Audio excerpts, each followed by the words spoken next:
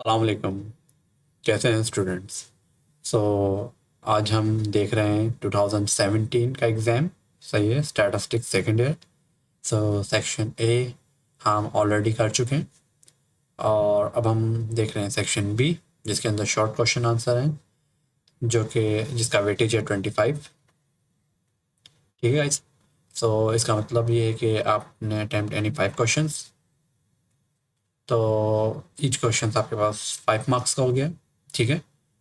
So question number 2 से start करते हैं। क्वेश्चन नंबर 2 का पार्ट 1 है differentiate between the following qualitative variables and quantitative variables. सही। सो क्वांटिटेटिव वेरिएबल्स आपको मालूम है कौन से वेरिएबल्स होंगे। क्वालिटेटिव वेरिएबल्स इजी है। सही है। क्वांटिटी में यानी जिन्हें आप काउंट कर सकें, सिंपल।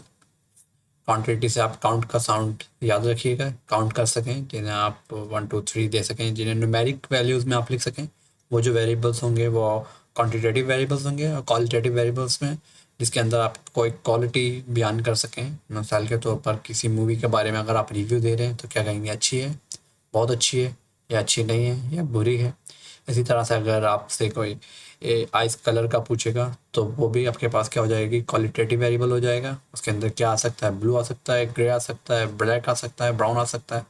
इसी तरह अगर हेयर कलर के बारे में अगर आपसे पूछें तो वो भी आपके पास जो आएगा, किसी के ब्राउन हो सकते हैं, किसी के ग्रे हो सकते हैं, किसी के ब्लैक हो सकते हैं। सो ये आपके पास क्वालिटेटिव वेरिएबल्स हो गए। क्वांटिटेटिव वेरिएबल्स कौन से होंगे, जिन्हें आप काउंट कर सकें, जिन्हें आप एज अ नंबर्स में न्यूमेरिक वैल्यूज़ में लिख सकें। वो वैल्यूज़ जो होंगी वो आपके पास आएंगी क्वांटिटेटिव वेरिएबल्स के अंदर। सो गाइस ये मैंने लिख दिए हैं यहाँ पर, सो आप इजीली इसको देख सकते हैं। ठीक है। ये इसको डिफ्रेंशिएट किया हुआ है।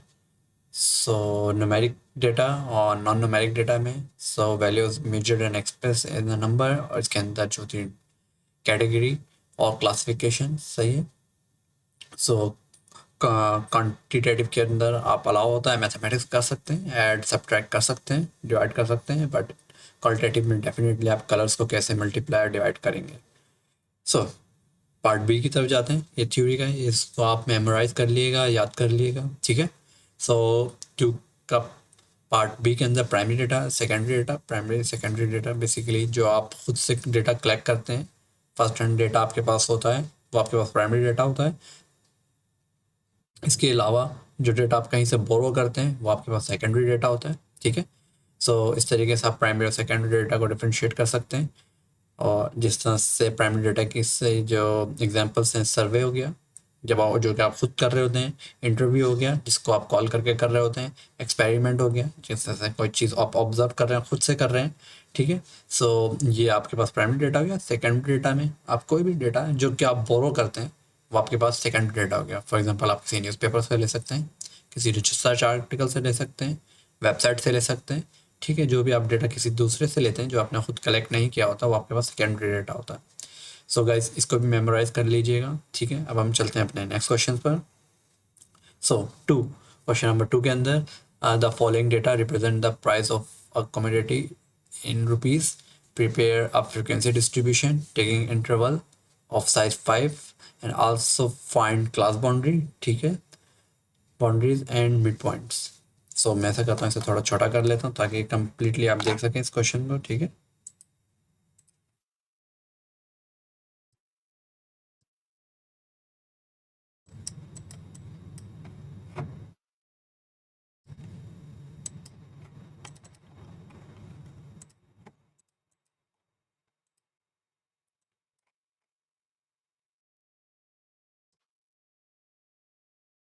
ओके। सो बाद में देखेंगे इसे। तो गाइस क्लास बाउंड्री बनानी है आपने बेसिकली।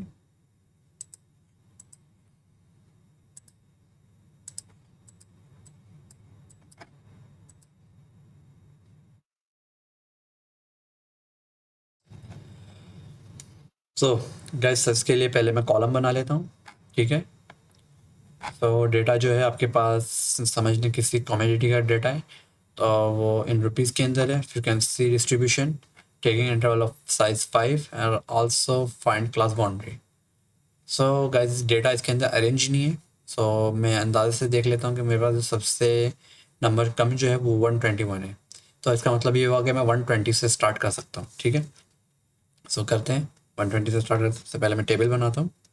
टेबल्स के लिए मैं ऐसा करता हूँ, पेन लेता हूँ और सेलेक्ट कर लिया। ठीक है,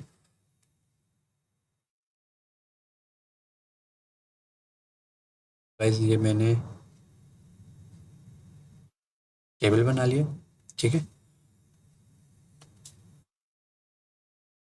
तो इसके मैं क्लास इंटरवल बना लूँगा।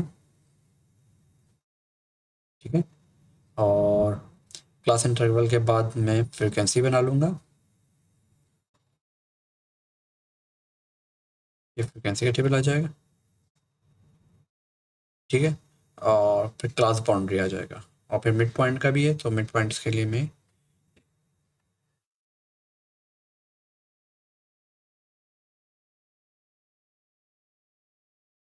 ठीक है स्टूडेंट्स, सो यहाँ पे हम लिख लेते हैं, इंटरवल्स लिख लेते हैं।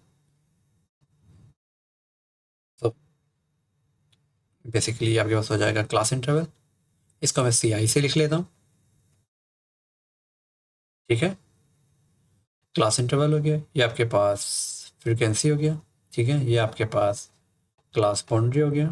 ठीक है, और ये आपके पास मिड पॉइंट हो गया।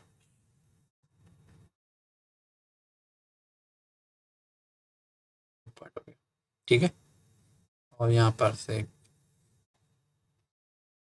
ठीक है स्टूडेंट, सो मैं करता क्या हूँ, थोड़ा सा ये टेबल ले लेते हैं। सो स्टार्ट करते हैं। पहले तो मैं टेबल्स बना लेता हूँ अपना। टेबल बनाने के लिए मैंने 120 से स्टार्ट किया, 120। सो यहाँ पर आप देखें तो साइज़ बेसिकली आपके पास 5 है। ठीक है, 120, तो ये जाएगा 125, 130। ठीक है स्टूडेंट्स, सो ये हो जाएगा 135, और ये हो जाएगा आपके पास 140। ओके, सो देख लेते हैं 140 तक है भी या डेटा नहीं। तो जी स्टूडेंट्स, तो मुझे 140 से अब तो कोई वैल्यू नज़र नहीं आ रही है, तो मेरा ख्याल है ये वैल्यू फिर मैंने एक्स्ट्रा ही लिख ली है। तो ये हो जाएगा 124, फिर ये हो जाएगा आपके पास 139, 129। ठीक है, और ये आपके पास हो जाएगा 134, और ये आपके पास हो जाएगा 139। ठीक है स्टूडेंट्स, सो अब मैं फ्रिक्वेंसी डिस्ट्रीब्यूशन बना लेता हूँ, और टैली के ज़रिए भी आप बना सकते हैं, और अगर आप डायरेक्ट चाहें तो डायरेक्ट भी कर सकते हैं। मैं 12 मुझे एक तरीके से डायरेक्ट करूँगा। सो 121, सो दिस इज़ 121। फिर आप देखते हैं और कोई छोटा है, 124 से लेस देन देखते हैं, 124 से लेस देन दिस वन, और ये भी 124 से लेस देन है। ओके, ये भी 124 से लेस देन है, ये भाई 126 है, ओके ये भी 124 है। ठीक है,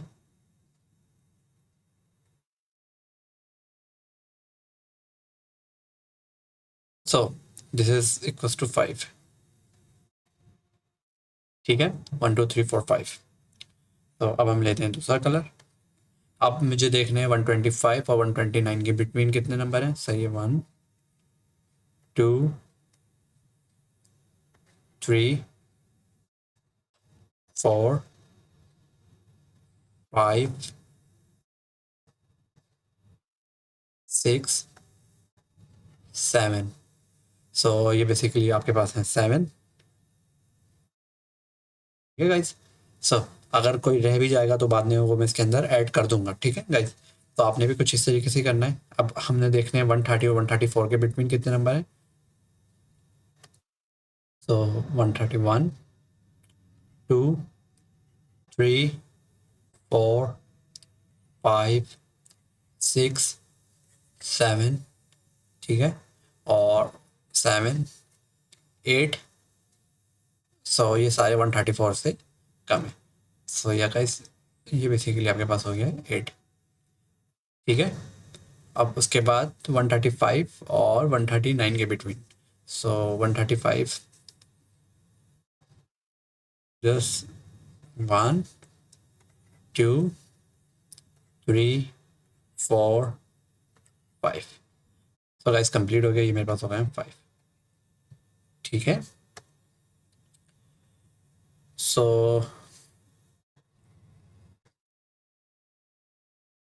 ओके, ये आपके पास टोटल है 3 और 2 5, 5 5 25। तो अब टोटल करके देखते हैं कि हमारा 25 आ रहा है, बिल्कुल आ रहा है। 5 और 5 10, 10 और 18, 18 7 25। ठीक है गाइस, क्लास बाउंड्री बिल्कुल आसान है। क्लास बाउंड्री हम किस तरह से बनाते हैं? क्लास बाउंड्री हम बना लेते हैं, फॉर एग्जांपल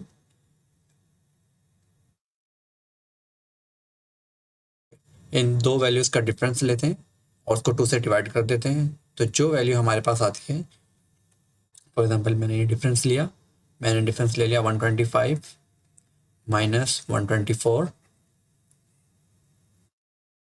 डिवाइडेड बाय 2। सो आपने देखा ये आया 1/2 इज इक्वल्स टू 0.5।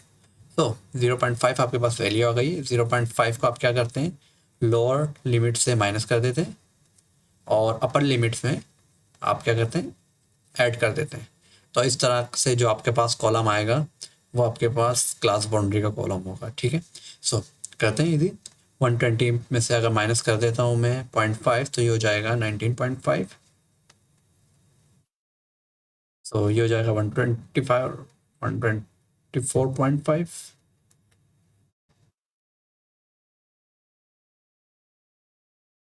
ओके 119.5। ठीक है, 124.5 जाएगा 139.5 और ये हो जाएगा 134.5। ठीक है गाइस,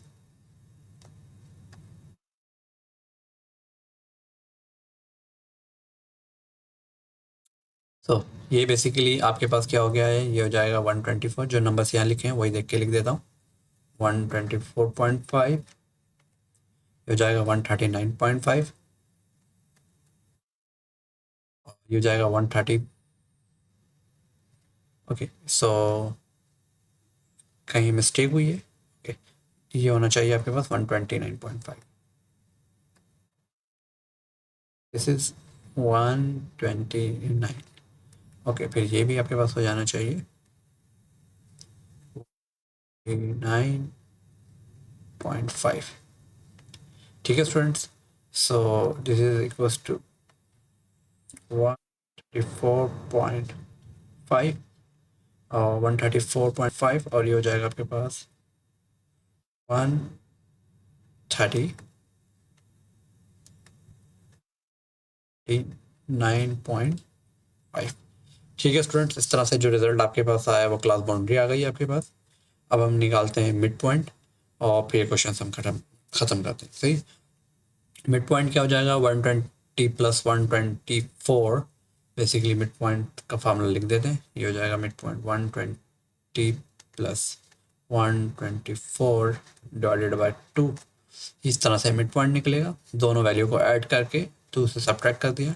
सो ये हो जाएगा 224 और फिर मेरा ख्याल है ये आपके पास आ जाएगा 122। ठीक है, 122 ही आएगा। सो बेसिकली ठीक है, इसे हम चाहें तो कैलकुलेटर से भी करके देख सकते हैं। सो मैं 1 मिनट कैलकुलेटर लेके आता हूँ।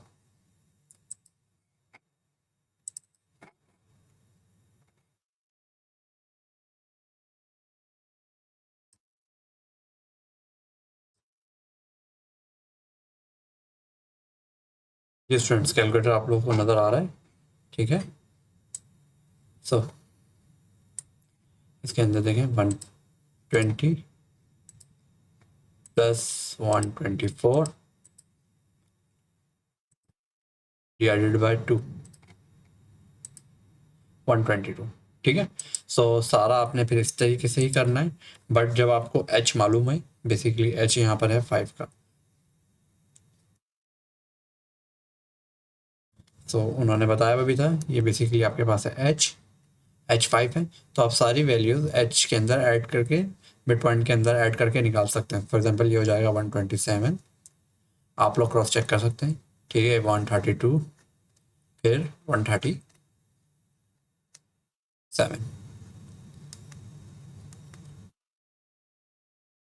137।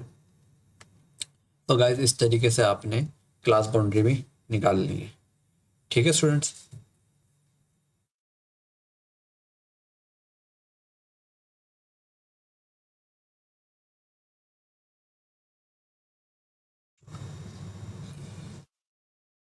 सो ये क्वेश्चन आपका कंप्लीट हुआ। अब नेक्स्ट क्वेश्चन देखते हैं।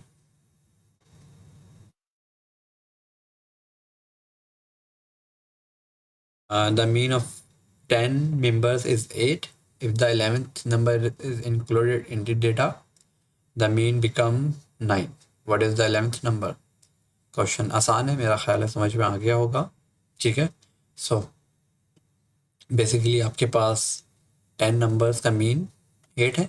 सो मीन को मैं कह देता हूँ दिस, क्योंकि ये एक मीन है, सो मैं मीन से कह देता हूँ मीन ऑफ 10 नंबर, ठीक है, ताकि आपको याद रहे कि 10 नंबर्स का मीन है। तो यहाँ पे लिख भी लेते हैं, दिस इज 10 नंबर मीन है, जो कि 8 है, ठीक है। तो ऑफकोर्स एन जो हो जाएगा वो आपके पास 10 ही है। इस तरीके से if the 11th number is included in the data, the mean become 9। इसका मतलब ये हुआ कि अगर मेरे पास 11th नंबर का मीन है तो वो बेसिकली 9 है, और एन कितना हो गया, डेफिनेटली 11 हो गया, ठीक है। So what is the 11th number? आसान काम है। आसान काम किस तरीके से, जब आपके पास मीन और एन गिवन है तो आप टोटल सम मालूम कर सकते हैं। सो फार्मूला याद है आप लोगों को, mean is equals to summation X. Summation X यहाँ पे मैं अपनी निशानी के लिए 10 लिख देता हूँ, क्योंकि 10 वैल्यू का समीशन डिवाइडेड बाय एन, ठीक है, यही फार्मूला होता है। सो एन जो है राइट के ऊपर डिवाइड हो रहा है, तो लेफ्ट पे जाके क्या हो जाएगा, बेसिकली लेफ्ट पे जाके वापस से मल्टीप्लाई हो जाएगा। सो ये बेसिकली हो जाएगा mean 10 divided by multiply by N is equals to summation X. So guys मुझे ये बताएं कि मीन 10 तो आपके पास है 8, और एन बेसिकली आपके पास है 10। सो 10 वैल्यूज का समीशन क्या हो गया, 80। Summation X is equals to 80। So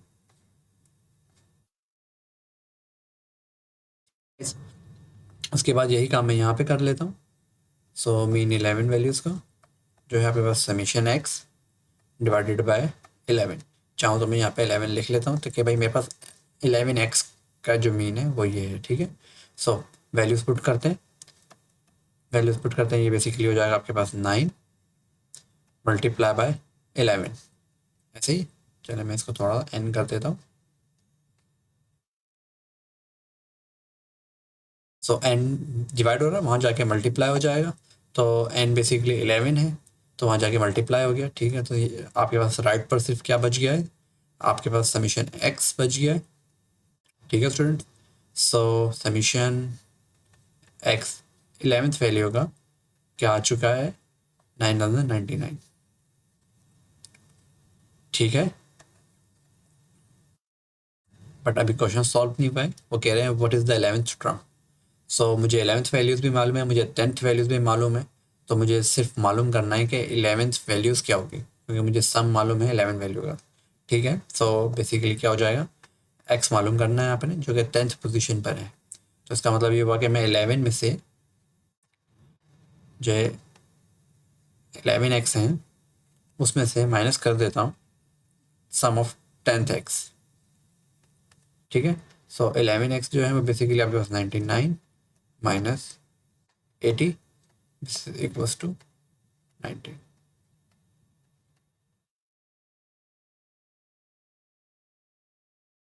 so guys ये जो वैल्यू आई है आपके पास, ये आपके पास आ गई, सॉरी दिस इज द 11 से नंबर होगा, सही है। सो तो 11th नंबर जो है वो बेसिकली जो आपने ऐड करा था वो क्या था, वो 19 था। 19 ऐड करने के बाद आपके पास जो मीन आ गया था वो 9 आ गया था। सो इस तरीके से आपने फाइंड आउट कर लिया है। ठीक है, क्वेश्चन नंबर 3। अब चलते हैं क्वेश्चन नंबर 4 पर। So guys, how many permutation can be made from the letter of the following words. Easy question है। ठीक है, तो परमुटेशन का फार्मूला याद है जो कि आप अल्फ़ाबेट से मिलके बनाते हैं। Basically this is equals to n factorial. ठीक है, और n1 factorial multiply by n2 factorial multiply by n3 factorial और multiply by dot dot dot n k factorial. So students easily मेरा ख्याल है कर सकते हैं क्वेश्चन। n1 n2 n3 वो होंगे जो कि इसके अंदर अल्फ़ाबेट्स जो हैं रिपीट हो रहे होंगे, जो लेटर इसके अंदर रिपीट हो रहे होंगे। ठीक है, सो मैं n इसमें लिख लेते हैं। This is 1 2 3 4 5 6 7 8 9। तो गाइज पार्ट ए के अंदर आपके पास टोटल n कितने, दिस इज़ 9। ठीक है, और फिर दिस इज़ 1 2 3, ये लिखने की मुझे ज़रूरत नहीं है। ठीक है, ओके। अब मैं लिखता हूँ वो लेटर्स जो कि रिपीट हो रहे हैं। ठीक है, उसकी वजह ये है, सब लेटर लिखने से मेरा टाइम बच जाएगा, क्योंकि अगर कोई लेटर एक दफ़ा आ रहा है तो उसका मतलब ये हुआ कि उसको 1 फैक्टोरियल अगर मैं लिखूँगा तो फ़ायदा नहीं है मल्टीप्लाई करवाने का, क्योंकि 1 से जो चीज़ मल्टीप्लाई होती है वो वही आ जाती है एट। तो जो लेटर्स एक से ज़्यादा मरतबा आए हैं मैं सिर्फ वो लिखूँगा। ठीक है, सो दिस इज़ मैं n1 कह देता हूँ। n1 सबसे पहले मैं लिख लेता हूँ 2। बेसिकली n1 के लिए मैंने यूज़ किया l इज़ n1। उसके बाद फिर i, क्योंकि i भी रिपीट हुआ है, दिस इज़ n2। ठीक है, i फिर e रिपीट नहीं हुआ, और फिर आपके पास m भी रिपीट हुआ है, n3।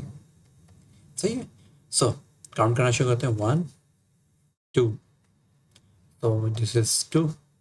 इसी तरह i 1 2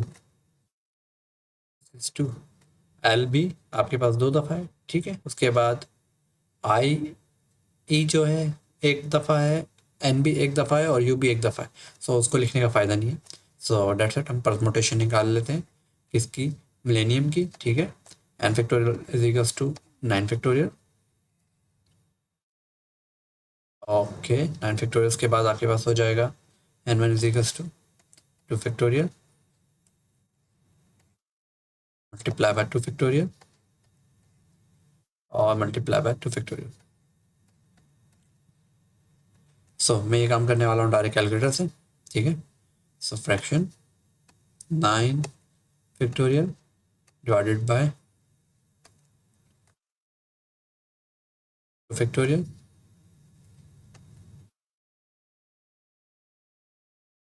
फैक्टोरियल 2 फैक्टोरियल। तो गाइज मेरे पास जो 5 4 5 परमुटेशन आई हैं वो हैं 3 6 0। ठीक है गाइज, बिल्कुल इसी तरह से हम करेंगे अकाउंटिंग की। सो अकाउंटिंग में n, ठीक है, दिस n एन कितने, 1 2 3 4 5 6 7 8 9 10 11। सो टोटल लेटर्स जो हैं वो 11 हैं। ठीक है, फिर अब हम लिखते हैं n1 n2 n3, और अगर कोई रिपीट होगा, सबसे पहले मेरे पास जो रिपीट हो रहा है सी हो रहा है 1 2 3 3। सो सी बेसिकली आपके पास 3 टाइम। उसके बाद ओ जो कि रिपीट नहीं हो रहा, फिर उसके बाद यू वो भी रिपीट नहीं हो रहा, ए रिपीट हो रहा है 1 2। ठीक है, उसके बाद ओ भी रिपीट नहीं हुआ, यू भी रिपीट नहीं हुआ, फिर एन भी रिपीट हुआ है 2 टाइम। सही है, तो ये आपके पास हो गया है 2। सो गाइज इसके अलावा तो मुझे नहीं लग रहा कोई लेटर एक से ज़्यादा मरतबा आया हो। ठीक है, सो अब मैं करने वाला हूँ परमुटेशन अकाउंटेंसी की।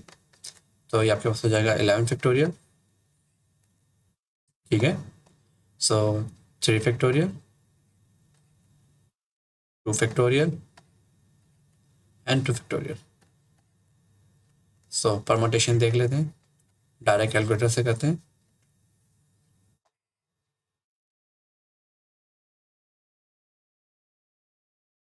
तो जब डायरेक्ट कैलकुलेटर से करेंगे तो मैं इसको चेंज कर देता हूँ 11 से, और मैं इसको चेंज कर देता हूँ 3 से, 11 66 3200। तो गाइज इस तरीके से हमारा पार्ट 4 भी हो गया है। सो अब हम बढ़ते हैं आगे पार्ट 5 की जानिब।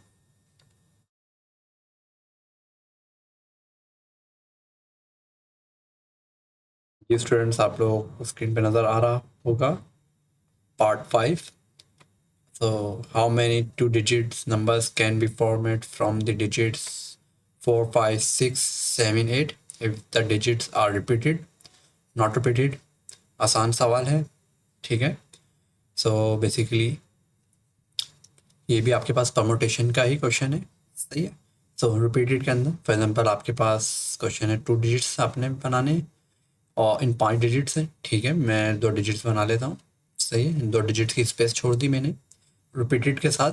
फॉर एग्जांपल ये 5 मेरे पास पॉसिबिलिटीज़ हैं, तो इसका मतलब ये है कि फर्स्ट प्लेस के ऊपर 5 में से कुछ भी रख सकता हूँ, 4 भी रख सकता हूँ, 5 भी रख सकता हूँ, 6 भी रख सकता हूँ, 7 भी रख सकता हूँ, 8 भी रख सकता हूँ। जो मेरा दिल चाहेगा वो मैं फर्स्ट प्लेस के ऊपर रख सकता हूँ, ठीक है।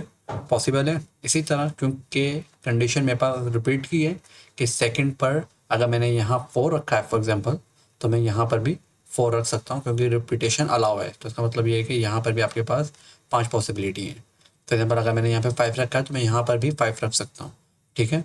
तो इस तरह से आपके पास कितने वेज बन रहे हैं, इसका मतलब ये आपके पास 25 वेज है। आसान है। सो इसका आइडिया हो गया होगा नॉट रिपीटेड का। नॉट रिपीटेड का मतलब ये है कि आपके पास इस तरह से, ठीक है। रिपीटेड में भाई पहले जो है आपके पास 5 प्लेसेस हैं, ठीक है। और उसके बाद आपके पास जब आपने यहाँ पर रख दिया 5 प्लेसेस में, फॉर एग्जांपल आप में से 4, 5, 6, 7, 8 कुछ भी है वो आप यहाँ पे रख सकते हैं। आपके पास पॉसिबल है कि आप पाँचों में से कोई भी रख सकते हैं। फॉर एग्जांपल यहाँ पर आपने 6 रख दिया तो डेफिनेटली नेक्स्ट प्लेस पर आप 6 नहीं रख सकते क्योंकि यहाँ पे जो कंडीशन आपको गिवन है और नॉट रिपीटेड की। इसका मतलब ये है कि अगर आपके पास एक ऑप्शन खत्म हो गया क्योंकि वो आप फर्स्ट प्लेस के ऊपर रख चुके हैं, तो बाकी प्लेस कितने रहेंगे 4। तो this is equals to 20।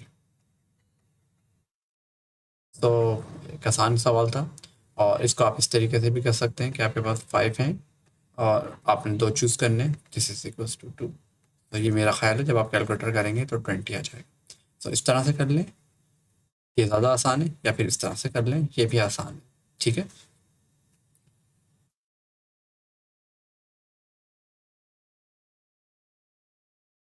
So guys, following table shows the road accidents in the district east of December 2008. Draw a pie chart in your answer script. तो गाइज आपको डेटा गिवन है एक्सीडेंट का, ठीक है। Motorcycle से कितने हुए हैं 2008 में, बस से कितने हुए हैं, कार से, ट्रक से एंड अदर्स। सो सबसे पहले आपको मालूम होगा जब हम पाई चार्ट बनाते हैं, पाई चार्ट बेसिकली बनती है, एक सर्कुलर शेप होती है, ठीक है। सर्कुलर शेप आपको मालूम है कितने डिग्री के अंदर डिवाइड होती है, 360 डिग्री के अंदर आपके पास एक सर्कुलर शेप जो है वो डिवाइड होती है।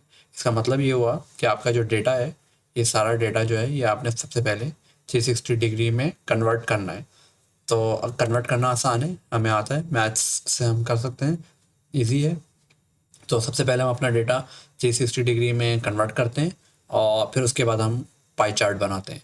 सो कन्वर्ट करने के लिए, ठीक है, मैं टेबल बना लेता हूँ, सही है।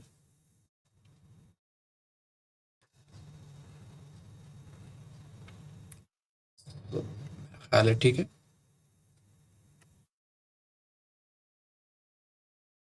सबसे पहले ये टाइप ऑफ व्हीकल्स आ जाएंगे इसके अंदर।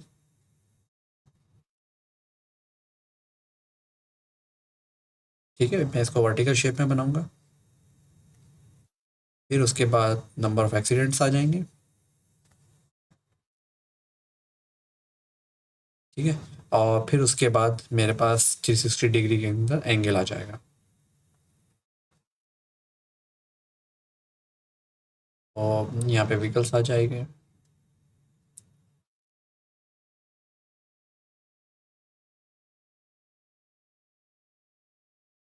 व्हीकल्स और नंबर ऑफ एक्सीडेंट्स।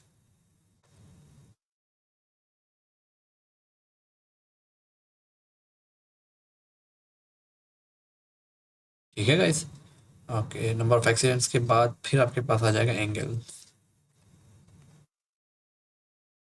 एंगल्स किस तरह से आएगा? फॉर एग्जांपल मैं यहाँ पे लिख लेता हूँ, ये नंबर ऑफ एक्सीडेंट्स जो हैं ये आपके पास एक्स है।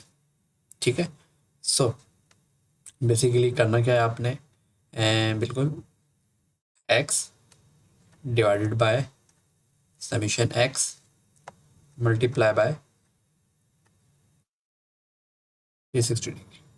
तो गाइस इस तरीके से आप अपने डेटा को डिग्री के अंदर यानी एंगल्स के अंदर चेंज कर सकते हैं। ठीक है, so this is motorcycle.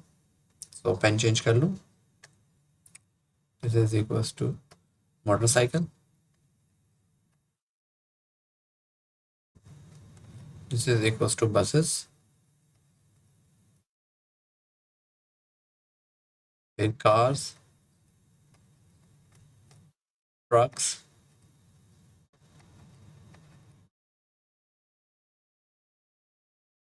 Others.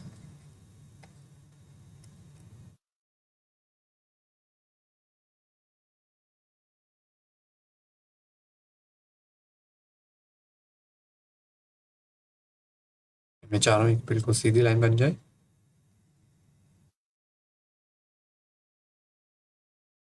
Okay, so number of accidents motorcycle के जो है वो 38, फिर बसेस के 10, और फिर 14, 18, फिर 22। ठीक है, सो टोटल कितना हो जाएगा ये? टोटल 22 ये आपके पास हो जाएगा। तो इसके अंदर डालते हैं 60, 70, 80, 90। सो ये 102 आई थिंक। सो कैलकुलेटर से करके देख लेते हैं एक दफ़ा।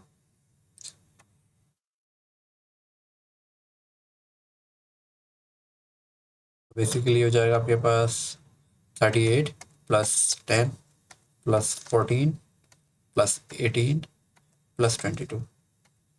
सो दिस इज 102। ठीक है, सो गाइस अब हम करते हैं एंगल में चेंज। सो समीशन एक्स मेरे पास आ चुका है। एंगल में चेंज करने के लिए मुझे क्या करना पड़ेगा? 38 डिवाइडेड बाय 102 मल्टीप्लाई बाय 360। इसी तरह 10 डिवाइडेड बाय 102 मल्टीप्लाई बाय 360। ठीक है स्टूडेंट्स, इसी तरह 14 डिवाइडेड बाय 102 मल्टीप्लाई बाय 360। इसी तरह 18 divided by 102 multiply by 360। This is a 22 divided by 102 multiply by 360। ठीक है स्टूडेंट, सो कैलकुलेटर से देख लेते हैं जो हमारे पास रिजल्ट आया है। रिजल्ट आएगा।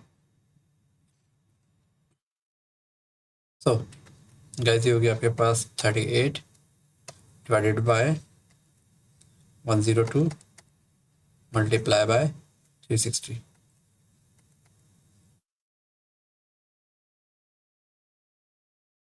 तो बेसिकली आ जाएगा 134.11। ठीक है, अगेन ऐसे हम कर देते हैं 100, 10, जस्ट 10 चेंज किया मैंने। ये आपके पास हो जाएगा 35.29। इसी तरह से मैं चेंज कर दूंगा 14, तो आंसर आ जाएगा 49.4। इसी तरह मैं चेंज कर दूंगा 18, सो दिस इज 63.52।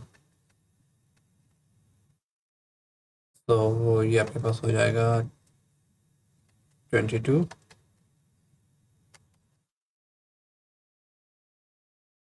तो ये आपके पास हो जाएगा 77.64।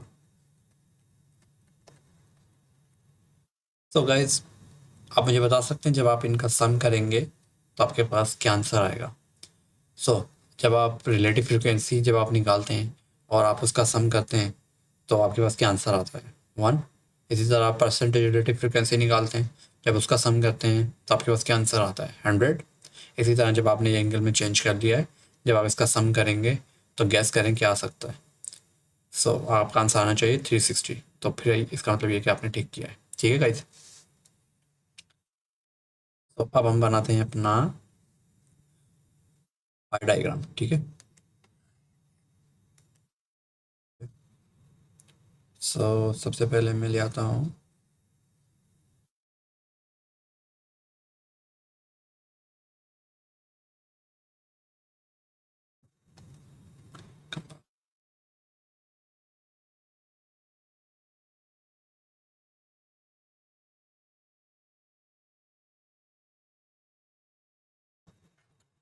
यहीं पे बना लेते हैं ताकि आप लोगों को इजीली विजिबल हो।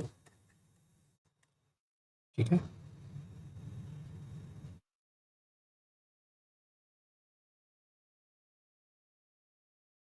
तो guys, आपने किस तरह से बनाना है, आपके पास हो सकता है प्रकार हो या आपके पास हो सकता है प्रोटेक्टर हो, डी जिसे कहते हैं। आप एक पहले हाफ डी बना लें अगर प्रोटेक्टर नहीं है आपके पास, यानी अगर प्रकार नहीं है आपके पास। प्रोटेक्टर रखें, हाफ डी बना लें, फिर से 180 डिग्री रोटेट करें यानी उल्टा करें और फिर हाफ डी बना लें तो आपके पास एक सर्किल आ जाएगा। ठीक है। सर्किल के ऊपर आप देखेंगे आपको इस तरह की वैल्यूज़ नज़र आ जाएंगी। 0 से लेके 180 हाफ होता है, फिर 180 से लेके आगे हाफ यानी 360 हो जाएगा। तो ये जो वैल्यूज़ हैं इसके हिसाब से, डिग्री के हिसाब से हम क्या करेंगे, एडजस्ट करेंगे। फॉर एग्जांपल आपने यहाँ पर एक डी रख दी। ठीक है। इस तरह से डी रख दी। अब यहाँ से आप काउंट करना शुरू करेंगे और फिर देखेंगे क्या है। ठीक है। मैं करता हूँ। मैं चेंज कर लेता हूँ अपना पेन।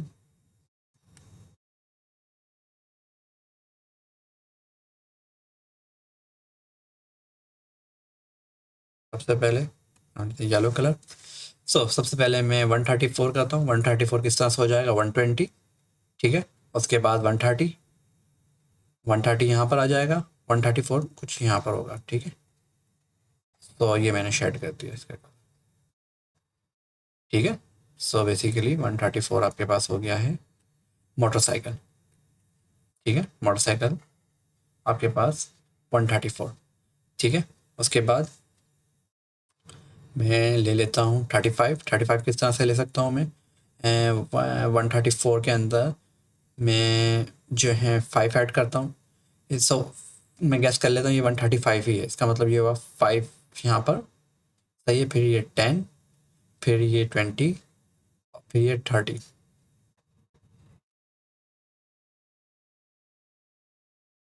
इस तरीके से आपने 35। दिस इज इक्वल्स टू, बस। ठीक है। और उसके बाद कार इज़ 49। 49 एक तरह से मैं राउंड ऑफ करके 50 कर लेता हूँ ताकि 50 मेजर करना आसान हो जाए। यहाँ तक हो चुका है। इसके लिए 10 आप काउंट कर सकते हैं। ठीक है। This is equals to 10, 20, 30, 40, 50। 50 से जस्ट 1 लेस कर दें ताकि आपको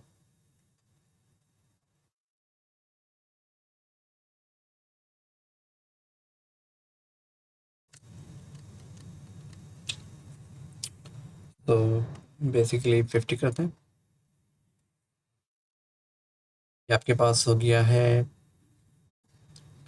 10, ओके, 10, 20, 30, 40 और 50।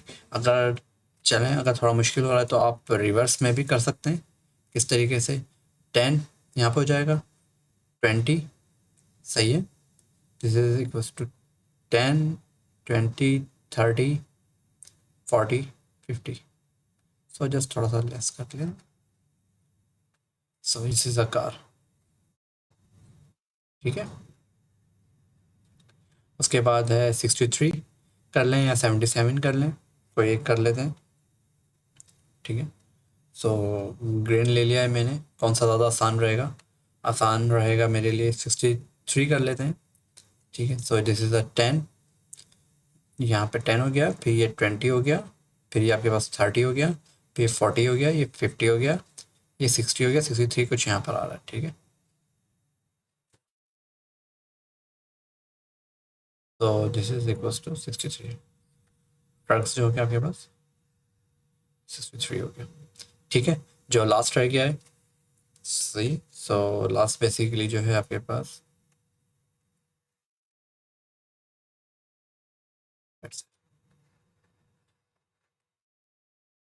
ये अदर्स है, ठीक है। सो गाइज ये आप लेबल कर सकते हैं। अब मेरा ख्याल है इसका ज़रूरत नहीं है हमें प्रोटेक्टर की। अब मैं ऐसा करता हूँ, इस प्रोटेक्टर को जो है रिमूव कर देता हूँ, ठीक है।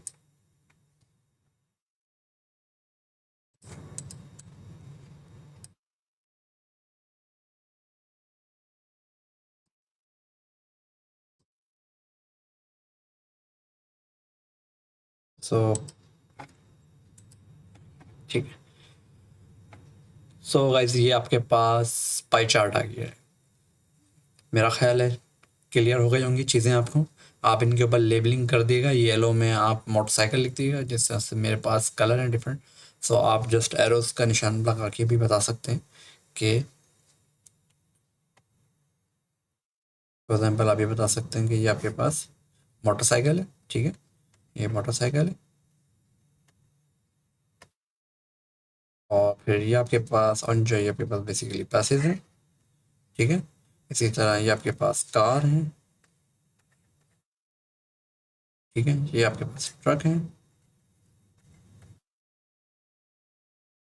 फिर ये आपके पास अदर्स हैं, ठीक है गाइज। सो इस तरीके से आपने पाई चार्ट कंप्लीट कर लिया है। तो अब हम नेक्स्ट क्वेश्चन देखते हैं, ठीक है। जी स्टूडेंट्स, क्वेश्चन 2 का पार्ट 7 आप लोग अपनी स्क्रीन पे देख सकते हैं। So given table shows the price of commodities for 6 years, construct the link relatives. तो आपने लिंक रिलेटिव्स बताना है। लिंक रिलेटिव्स का फॉर्मूला मैं आप लोगों के सामने यहाँ पे लिख देता हूँ। So basically link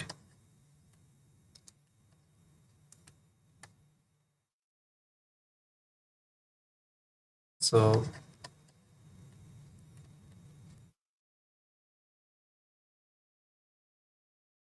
link relative क्या होता है आपके पास? Current year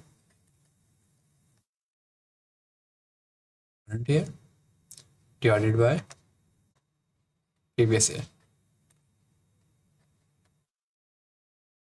previous year multiply by 100। So guys ये बेसिकली आपके पास जो है क्या कहते हैं, लिंक रिलेटिव का फार्मूला है, ठीक है। सो इसके लिए मैं टेबल बना लेता हूँ, आसान है, ठीक है।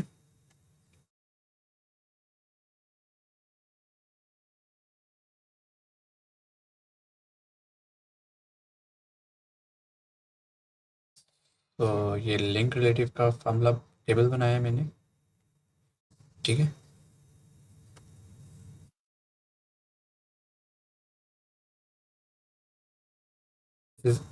एयर का कॉलम आ गया, ठीक है, और ये प्राइस आ गए, और ये आपके पास लिंक रिलेटिव आ गया, ठीक है। ये एयर,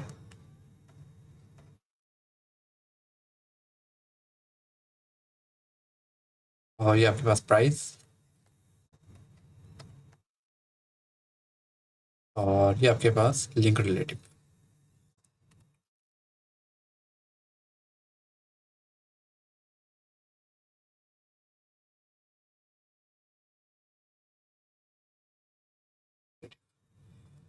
ठीक है स्टूडेंट्स, सो करते हैं।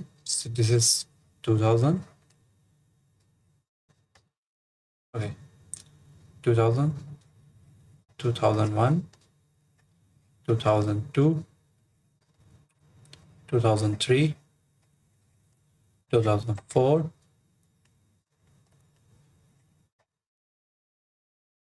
2005,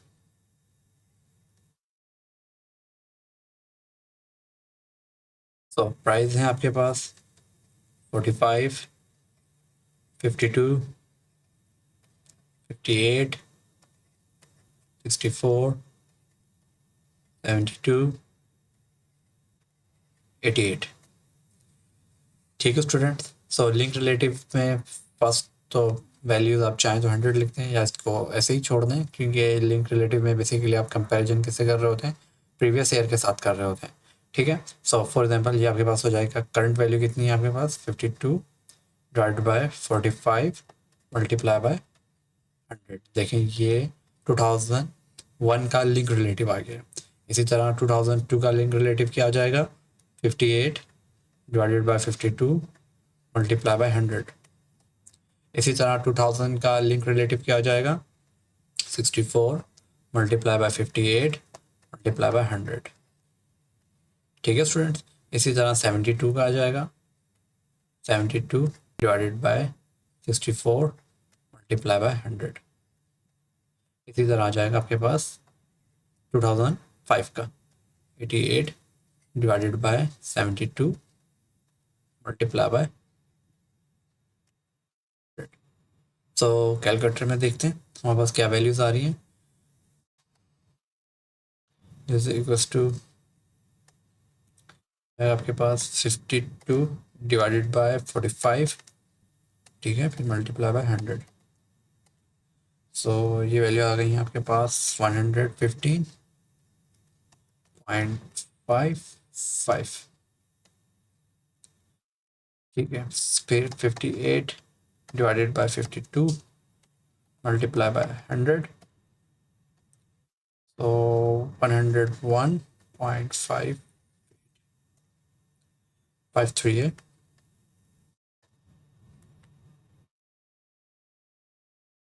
फाइव थ्री।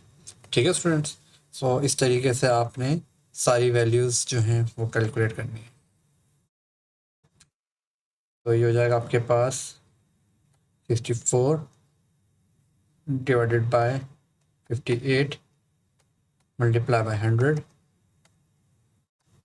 तो 110.34। तो गाइज ये मैं कैलकुलेट करके लिख देता हूँ 112.50 और इसी तरह 122.20। ठीक है, सो चेक करते हैं वैल्यूज़ हमारी जो मैंने लिखी हूँ ठीक है या नहीं। 72 डिवाइडेड बाय 64, ठीक है, मल्टीप्लाई बाय 100, बिल्कुल ठीक। सो यहाँ के पास हो गया 88 डिवाइडेड बाय 72 मल्टीप्लाई बाय 100, 122.22। सो इस तरह से आपने लिंक रिलेटिव मालूम कर लिए हैं सब एयर के, जो कि आपसे रिक्वायर्ड थे। ठीक है, तो गाइस क्वेश्चन नंबर पार्ट 8 के ऊपर हम आ गए, सही है। तो पार्ट 8 में आप देख सकते हैं, सही, 3 coins are tossed together, find the sample space। Easy बना लेंगे, देखा होगा पहले भी। The probability of getting at most one tail, इसके अंदर जो कीवर्ड है वो बेसिकली है आपके पास मोस्ट वन टेल, ठीक है, और दूसरा जो कीवर्ड है वो है एटलीस्ट टू टेल। ठीक है, सो वो ये दोनों कीवर्ड हैं। सो पार्ट ए में स्टार्ट करते हैं। सो पार्ट ए के अंदर सबसे पहले आपने क्या करना, सैंपल स्पेस बनाना है। ठीक है, सो सैंपल स्पेस के अंदर आपने एक एक्सपेरिमेंट किया। एक्सपेरिमेंट में आपके पास, ठीक है, हेड आया या फिर टेल आया। ठीक है ना, आपने कॉइन को टॉस करा, या तो हेड आया या फिर टेल आया। फिर दोबारा आपने, फॉर एग्जांपल आपके पास हेड आ गया, फॉर एग्जांपल फिर से आपने कॉइन को टॉस किया, तो आपके पास या तो हेड आएगा या फिर टेल आएगा। ठीक है, फॉर एग्जांपल आपके पास हेड आ गया, फिर से आपने कॉइन को टॉस करा, तो पॉसिबल है आपके पास हेड आए या आपके पास टेल आए। ऐसा ही, बट ऐसा भी हो सकता है सेकंड टाइम में आपके पास टेल आया हो। जब आपने दोबारा से कॉइन को टॉस करा, तो पॉसिबल है आपके पास हेड आ जाए या फिर आपके पास टेल आ जाए। दोनों में से कोई ना कोई तो आएगा ही। ठीक है, तो सेम एक्सपेरिमेंट यहाँ पर भी हो सकता है कि पहली दफ़ा में ही आपके पास क्या आ जाए, टेल आ जाए। टेल के बाद अगर आप टॉस करेंगे, या हेड आ सकता है या फिर टेल आ सकता है। हो सकता है हेड आ जाए तो अगेन टॉस करेंगे, क्योंकि आपने कॉइन को 3 दफ़ा टॉस करना है। ठीक है, सो इस तरह, सो सिंपल आप देख सकते हैं कि सैंपल स्पेस जो है आपके पास, वो किस तरह से बन सकता है। सो वो बन सकता है इस तरह से, हेड हेड हेड, सकता है head head head tail. Okay, इस, सो फिर बन सकता है आपके पास, ठीक है, हेड हेड टेल बन सकता है। इसी तरीके से आप सारे बना सकते हैं। सो अब हम देख रहे हैं कि सबसे पहले मेरे पास बन सकता है हेड हेड हेड। पॉसिबल है कि आपने 3 दफ़ा टॉस करा, तीनों दफ़ा हेड हेड हेड आ गया। या हो सकता है आपके पास 2 दफ़ा हेड आ जाए, 1 दफ़ा टेल आ जाए। ठीक है, या ये भी हो सकता है कि आपके पास पहले हेड आए, फिर टेल आए, और तीसरी दफ़ा में हेड आए। और ये भी पॉसिबल है कि आपके पास फर्स्ट टाइम में हेड आ जाए, बाकी दोनों टाइम टेल टेल आ जाए। ठीक है, और पॉसिबल तो ये भी है कि आपके पास टेल आ जाए, सेकंड टाइम भी टेल आए, थर्ड टाइम भी टेल आ जाए। और ये भी पॉसिबल है कि आपके पास टेल टेल हेड आ जाए। तो guys, tail tail tail tail tail head, फिर आपके पास पॉसिबल है टेल हेड टेल, और फिर आपके पास पॉसिबल है टेल हेड हेड। तो गाइस, पार्ट ए तो आपके पास फिनिश, आपने सैंपल स्पेस बना दिए। ठीक है, पार्ट बी देखते हैं। पार्ट बी में the probability of getting at most tail. So guys, दो कॉन्सेप्ट है, एक आपके पास एटमॉस का, ठीक है, और एक कॉन्सेप्ट है आपके पास एटलीस्ट का। सो एटमॉस का मतलब ये हुआ कि जिस पोजीशन पे आप खड़े हैं उससे आगे आप जा नहीं सकते हैं, यानी ज़्यादा से ज़्यादा 1 टेल। इसका मतलब ये है कि आप पीछे जा सकते हैं, बट आप आगे नहीं जा सकते। सही है। और जबकि एटलीस्ट का मतलब ये है कि आप जिस पोजीशन पे खड़े हैं, आप उससे फॉरवर्ड तो जा सकते हैं, ठीक है, बट बैकवर्ड नहीं जा सकते। फॉर एग्जांपल, अगर आप एटलीस्ट 2 टेल का मतलब ये है कि आप उस केस को भी कंसिडर करेंगे जिसके अंदर 3 टेल हैं, उसको भी करेंगे जिसमें 4 टेल हैं, उसको भी करेंगे जिसमें 5 टेल हैं। बट यहाँ पर तो कॉइन ही 3 दफ़ा टॉस हुआ है, तो उसका मतलब ये है कि 3 टेल से ज़्यादा पॉसिबल ही नहीं होगा। ठीक है, सो एटलीस्ट का मतलब ये है कि जिस पोजीशन पे आप खड़े हुए हैं आपने उससे आगे जाना है। एटमॉस का मतलब ये है कि जिस पोजीशन पे आप खड़े हुए हैं आपने उससे पीछे जाना है। एटमॉस का मतलब ज़्यादा से ज़्यादा, और एटलीस्ट का मतलब कम से कम, इतना तो होना चाहिए। तो बी के लिए करते हैं काम, part B. So probability of getting at most 1 tail. So probability आपको पता है, सो हम कर देते हैं पी ए। बेसिकली जो है, P A is equals to the probability of getting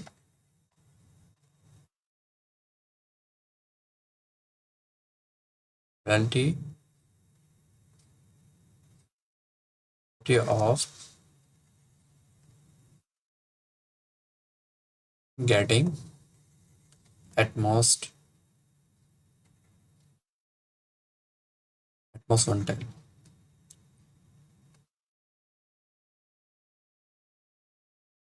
ठीक है,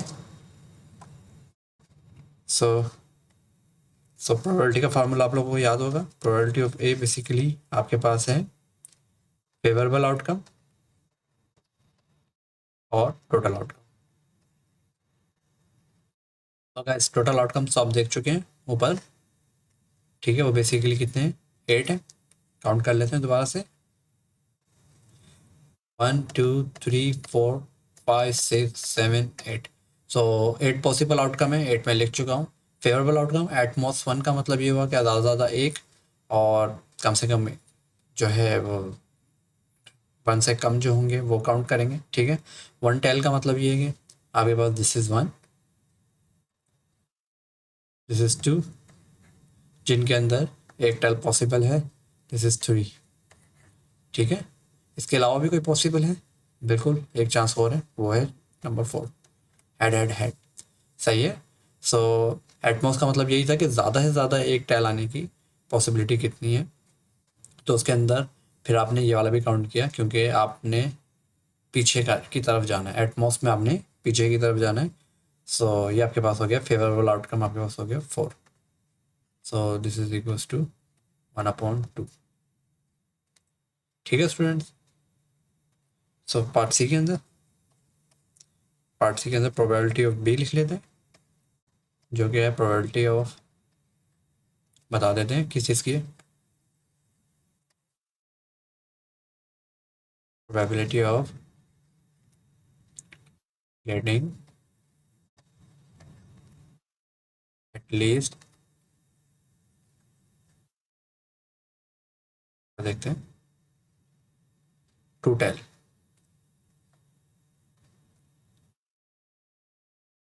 T फॉर टेल, ठीक है।